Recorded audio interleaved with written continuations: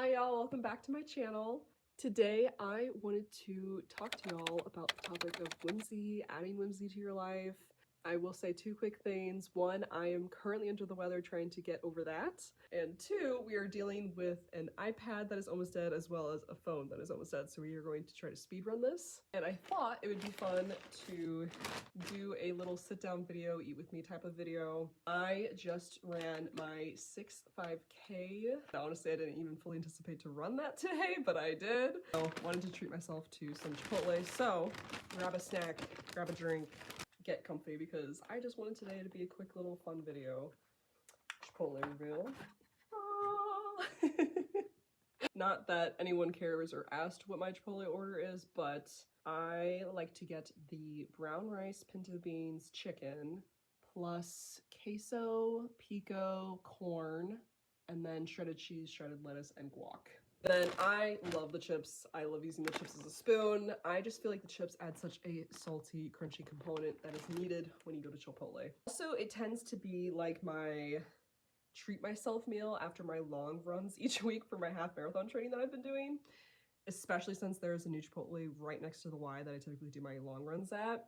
So I can't help myself, but today felt like a Chipotle kind of day. So while I'm digging into this, I will also pull up my list on my phone because I've been trying to brainstorm ideas of like how to add whimsy, how do I personally add whimsy to my daily life, because I feel like that's so important. I feel like enjoying your life is important, adding joy and fun, laughter, smiling, happy memories, adding whimsy to your daily life is so important. So I have a list on my phone called How I Make Life Whimsical, aka Full of Whimsy. I have 12 things currently written down. While we talk about them, maybe more will come to mind, but for now I have 12 things on my phone. So number one, I have make a playlist for everything. Every situation, every scenario, every mood. The more niche, the better. Yeah, for anyone who knows me in the real world knows how much I love a playlist.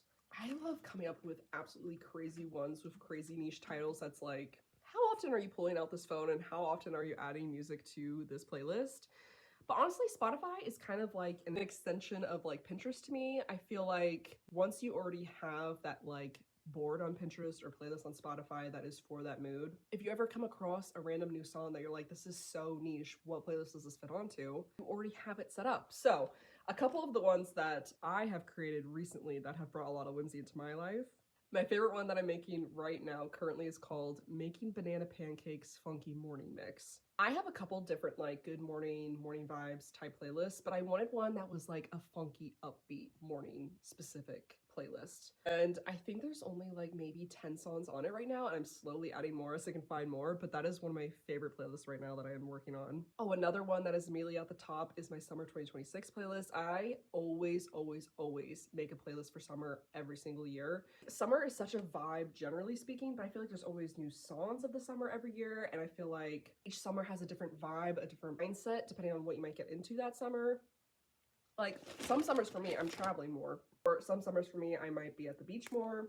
Some summers for me, I might be at the pool more. It really just depends what I'm planning to do that summer. So I really feel like you can't go wrong with making a niche playlist. I feel like it adds a lot of joy and whimsy and fun. Also, every new playlist I make inspires me and pushes me to listen to more new music so I can find things for these niche playlists. But also helps me get out of my comfort zone all the time, which I feel like makes life so much more interesting and memorable. So you can't go wrong with that either. My second one I have on this list is read on your lunch breaks. I love reading as a hobby so much, and honestly, I've been getting more and more into it as the years have gone on. I went through a crazy reading slump like coming out of high school because I feel like I was just reading a lot of academic things, so I like lost a lot of passion for reading. The question I get a lot is, how do I get so many books done? Like, how do I get through so many books? And I will say one way to get through books I find is audiobooks. I feel like you'll find a lot of time spent alone in the car, doing chores, can be spent listening to books. So I feel like that also helps me get through a lot of books. But another thing I'm obsessed with doing is reading on my lunch breaks. Let me go see if I can find the book that I'm reading right now. The current book I am reading is called Tomorrow and Tomorrow and Tomorrow. It's a novel by Gabrielle Zevin, and I am obsessed with this book right now. It was just a book that I found on like a YouTube recommendation kind of video. But anyway, I am obsessed with reading on my lunch breaks. Honestly, I'm even obsessed with reading on my 15 sometimes, depending on like how into the book I am. Don't realize how much reading you can get done in such a short amount of time. There are regularly scheduled breaks throughout my week where I'm not doing much of anything except maybe scrolling on my phone. And honestly, for me, my lunch break is A, 1 hour long, and B, I'm currently at a workplace that is like not my dream workplace. So it's like, what better way to help me mentally escape that workplace on my lunch break than by reading a book? And then also, I just feel like there's something so whimsical about always having a book on your person. I absolutely love pulling this out of my little tote bag that I bring with me and just reading it on my breaks. I feel like it's definitely unique, and I love scrolling on my phone, don't get me wrong, but as someone who's also trying to stop scrolling as much as I do, I feel like this helps me to get that done, and also just adds whimsy to my life. It's something that I regularly did as a kid to add whimsy to my life, was to constantly immerse myself into different worlds, into different characters, into different storylines, and just the ones that I'm like facing in my reality. So I feel like there's no better way to add whimsy to your life than by immersing yourself into it. So okay, the third thing I have on my list is jumping for joy, which is kind of a crazy thing to write down. I do believe it was on my video of favorites from 2025. It was something that I was doing regularly, or at least I caught myself doing it regularly. I feel like it just adds so much joy and whimsy in my life. I feel like being nonchalant is such an out thing. Like, be chalant. Be outward about your joyful emotions. What better way to add whimsy in your life than by exuding it anytime you feel it inside? I feel like if you're not in the practice of like jumping up and down when you're in joy, I feel like it might seem a little silly, or maybe, I don't know if embarrassing is the word, but childish or something. But once you start doing it, I feel like it just adds so much to your life, and it's a great way to like express yourself. The next thing I have on my list is dance parties. It's very much aligned with the last one that I just said, but something I have done literally since I was a child, like host little dance parties for myself in my room. Like, no one has to watch this dance party, mind you. You could invite people to your dance party. That would be so much fun to have like a little dance party at your place. Bring the club to your home, if you will, but even if it's just a dance party for yourself, I've literally been doing this since I was a kid. I will just throw on a couple songs.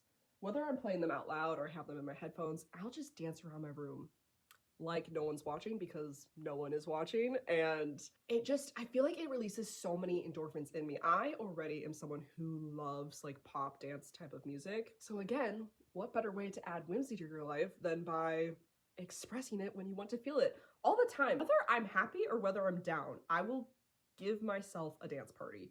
I'll be like, Sarah, we're gonna dance this out for like at least 3 or 4 songs, because it just makes life so much fun. Also, I am just someone who loves to dance. I've always been someone that loves to dance. I'm not saying I'm the best dancer ever, but it's seriously just a fun way to release some endorphins. It reminds me of running in a lot of ways, because I'm listening to music that I just love, and I am physically getting it out of me, physically enjoying it, physically so in tune with the moment of what's happening. Number 5, I have asking people, quote, questions of the day. I love questions of the day. I don't necessarily do them every day, but sometimes I love to either ask my people in real life or to text my people just these random questions that come to my mind. And they can be silly, they can be serious, they can just be something you want to know about that person.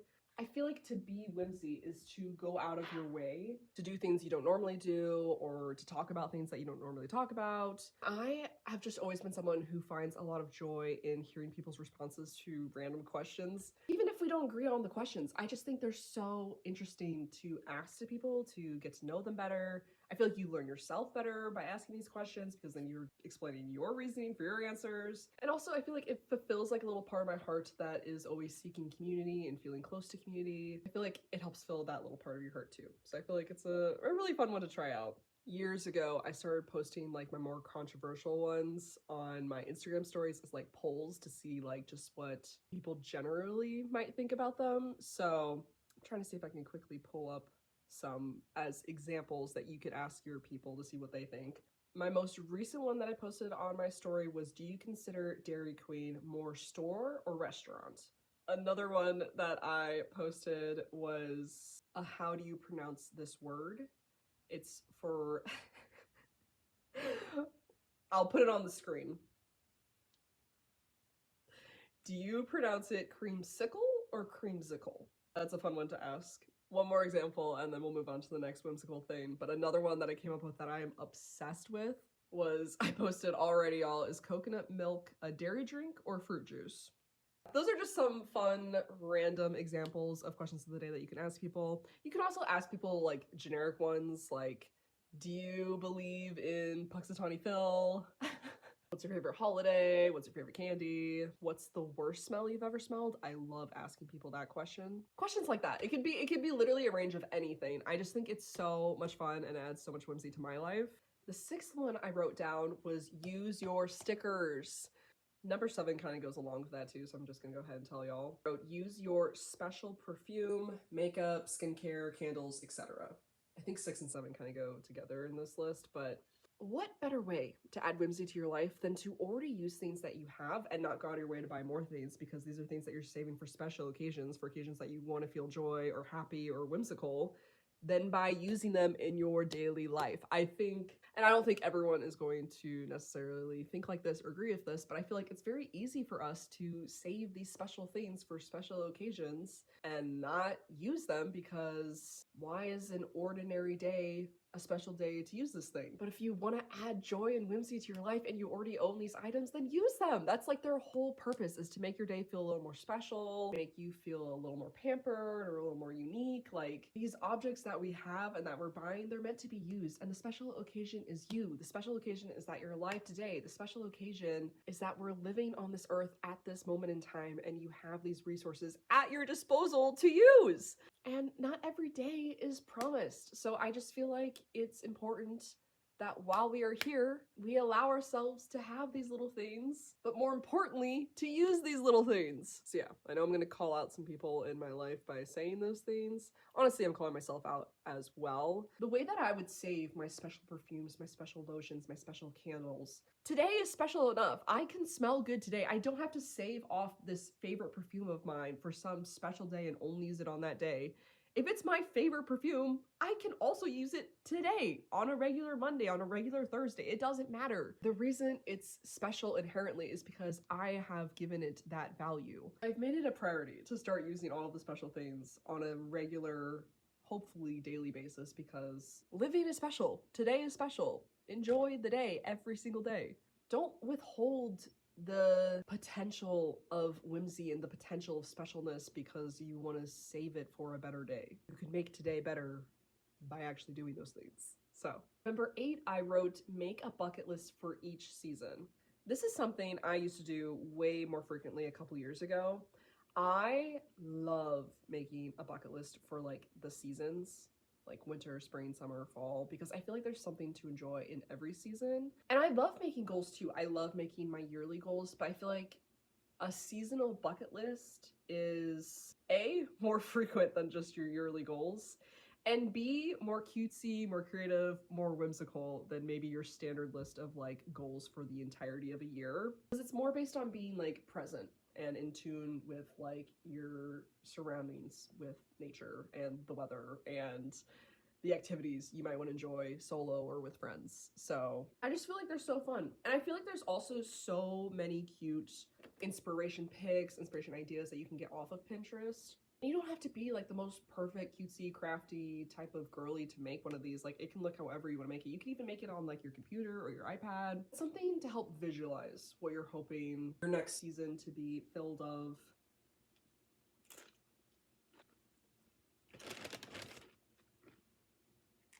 I think it's really fun. And I also think it's really fun if you include like a little checklist on the bucket list too, or some type of way to cross out the items as you get them done, because sometimes you might forget which ones you've done. And if you like to look back on different seasons of your life, as I do, it helps you to remember what did you realistically get done each season, as well as some ideas that you maybe never gotten to so that you can do them in future seasons. Another fun, whimsical thing that kind of goes along with this was I made punch cards for this year. My roommate did too. So we have them hanging up on like a corkboard back there, and we have a little hole puncher, and we're punching them out every time we get them done.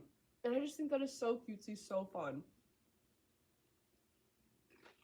All right, for number 9, I have making wishes. I am a big person who loves to make a wish. I wrote that you can make a wish on shooting stars, dandelion seeds, aka like the weed flowers, if you will, on angel numbers like 1111, anything else that you find to be mystical, magical, whimsical. I just think is so fun to make a little wish. I think as a kid, this is gonna sound a little, I don't know if childish is the right word, but yeah, I was a child when I thought this. I think as a kid, I would question why we only made wishes on our birthdays. And I loved doing it. I loved blowing out the candles and I loved making a wish. Sometimes there would be a lot of pressure on me, only by me who's putting it on me, to come up with a great wish for the year because that was the only time of year that you made a wish. And then growing up in the area that I did, there were so many, I believe they're dandelion seed flowers. I don't know if that's the technical term for them, but you know what they look like. The flower that you blow on and all the white seeds go flying and then they plant more of those. My grandparents would call them weed flowers, so that's why I keep referencing to them as that also. So that was another way that I loved doing it as a kid. Honestly, kid through adulthood, I also love making wishes on like stars or shooting stars. Just anything that you see in your life that, I don't know, just makes you take a step back and it's so magical, whimsical looking, I think is fun. And do I believe that like all your wishes come true? Like, no. I think of like Tiana from Princess and the Frog, and you can't just make a wish, it also comes with hard work to make it come true. But sometimes I think it's fun to just let yourself make that wish. Honestly, a way that I've been doing this at work even is we have, I think it's a magic 8-ball where you shake it and then it has like that die inside with all the different answers on it.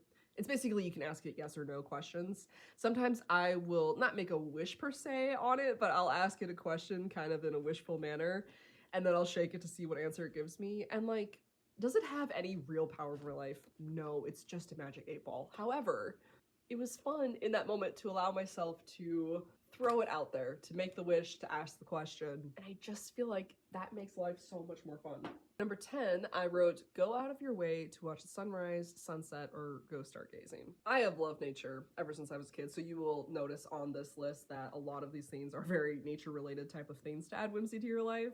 I love when I accidentally might fall upon myself watching a sunrise, a sunset, or catch the stars real quick before I go to bed. When you purposefully plan an outing to go do one of those three things, the way that that gets seared in my mind so beautifully as a moment, as a memory, and as full of whimsy in my memory, I cannot recommend it more as a solo activity, as an activity with people. I enjoy all of those three things so much.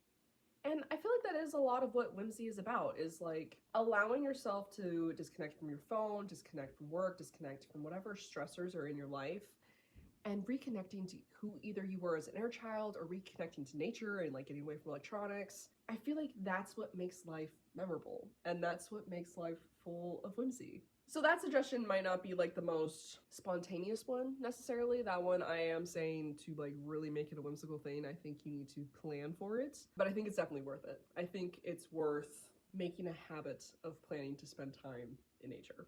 Ooh, my 11th one that I have on here is opening my windows or my screen doors. This I did recently on a day that it was like really spring-like weather. I currently live in the Midwest, and for anyone who lives in the Midwest, they know that it can go from spring to winter to summer when it's the spring season. So anyhow, it was an oddly spring-like day in the middle of a bunch of winter days here. Opened the window in my room, I opened the screen door on our deck, I opened the window by the kitchen. There is just something about opening up your windows and your doors and letting fresh air come in, hearing the birds chirping, hearing the wind rustling the leaves, letting the sunlight in, letting all of nature's smells and noises coming in. That is so whimsical to me. Honestly, I live currently in an apartment complex and I enjoy opening my windows and doors and hearing the ambient noises of like the kids playing at the playground or neighbors catching up with each other or smelling the laundry room across the parking lot. Like, again, I feel like it's just that step of getting out of your regular routine and even just like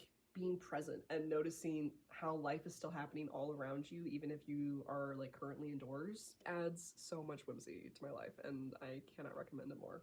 It's such a simple thing too. A lot of things on this list I feel like are very simple and or free and maybe are like obvious to do if you're trying to like add whimsy in your life, but these are just things that have made me slow down and appreciate life in the little ways recently, and I was just like, yeah, it's opening your windows. Yeah, that kind of seems a little simple, a little easy, a little duh. But for that day and that moment in time, it added so much to my life. I was like, how can I not write this down? Like, in that moment, it was like such a duh thing. But like for someone who's going through it and you're like, how do you add whimsy and joy and interesting things into your life again? You may overlook things that are as simple as opening your windows. Also, when you do like your spring cleaning, it's just so nice. There's something so refreshing, rejuvenating, like I don't know, it kind of sounds a little crazy to be like, get all the old air out and like all the old energy out and let in the new air, the new energy of the season. But like, I really kind of lean into that during the spring season. I love feeling like whatever place I'm living in has gone just a fresh breath of new air, of new energy. And then the 12th and final thing I have on this list for you guys today, I wrote down go on walks with no devices, phones, earbuds, etc. Now this one, I do want to heavily put like a disclaimer on it, like obviously do this in as safe as a manner as possible and maybe as like realistically as possible. Like maybe you're not gonna go somewhere new you've never been before. Maybe you're not going to go somewhere where you don't already feel safe even with your phone. You know what I mean? Like, use your own discretion on like how to go about a walk without electronics. But something I think about a lot actually is how back before phones never existed, how people just went everywhere without their phones. Like cell phones, like landlines existed or like payphones existed, but like if you were driving somewhere or if you were walking somewhere, you just didn't have a device on you. You didn't have a way to constantly be accessible or able to access anyone yourself. And obviously, there are great, beautiful things about living in today's society where we do have the technology to do that. How often do we walk literally anywhere without our devices? Like even in like the comfort and safety of your own home. Like how often do you do that? It is very rare I ever go anywhere in this apartment without my phone attached to me.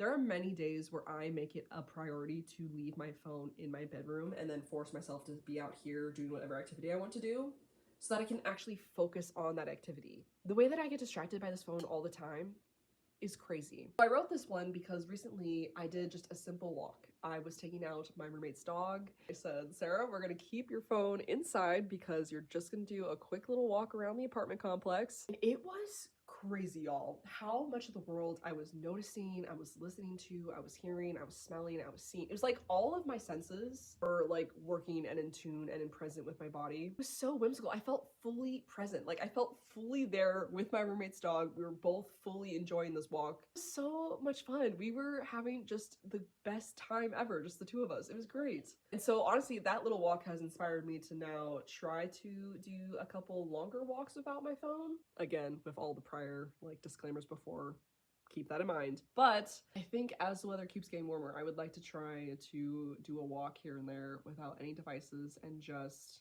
be fully present. I feel like it would add so much whimsy to my life. But yeah, those were the main things that came to my mind on how to add whimsy to your life. I feel like I have been watching so many videos about this and also trying to read so many Substack articles about this. I really love this whole idea of making life not only fun again, but feel full again. I feel like making ordinary moments feel special is like the quintessential feeling of a whimsical moment. Like, yeah, I hope you guys enjoyed this video. And if you guys have any ways that you make your life feel whimsical, or you've seen or read about how people make their lives whimsical to add to the list of whimsy ideas, please feel free to put them down below. I'm literally constantly searching for more ideas to make my life more whimsical because it's kind of like a little fun game at this point, so. But anyway, with all that being said, I will let you guys go. So as always, I hope you guys are having a good day, but if you're not, that's okay too. And I will catch you guys in the next one. Bye!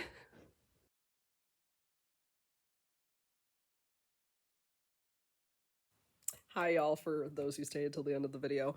One last whimsical thing to add that I thought of the second I finished this video and I turned it off. Another way to add whimsy to your life, document it. Document your life. Whether it's filming yourself, whether it's writing about your life, whether it's scrapbooking about your life, photographing your life, document your life. Whether you post it anywhere, whether it's just for you, whether you show it to your family or friends, whether you show it to no one, whether you think it's cringy, whether you think it's cool, whether you think it's cringy down the road, even though in the current moment you thought it was cool, document your life. You'll never regret documenting your life.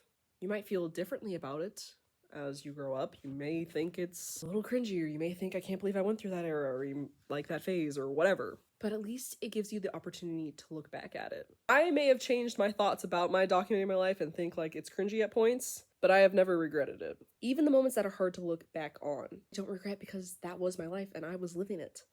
So yeah, that was probably like the last little bit of advice that just came to my mind. Like me filming my little YouTube videos At points, I think it's so wildly cringy, and I can't believe anyone watches my videos. But then at other points, I'm so wildly grateful that I can selfishly look back at the moments that I've documented and creatively put together and creatively created a video for it to capture the memories, to look back on it, to look back on my thought processes. Document your life. I feel like that adds so much whimsy to your life. And this is coming from someone who has been documenting her life since she was like 12 or 13. Genuinely, I have always enjoyed the process of documenting my life and being able to look back on it and then to creatively come up with something from that documentation. Ooh, girl, ultimate form of whimsy. Ultimate form. So yeah, whether it's getting out a journal, getting out your phone, getting out your iPad, because that is what I'm currently holding this like a true iPad kid right now. Document your life. You won't regret it. And with that, I will end this little whimsical video. Love y'all. Bye.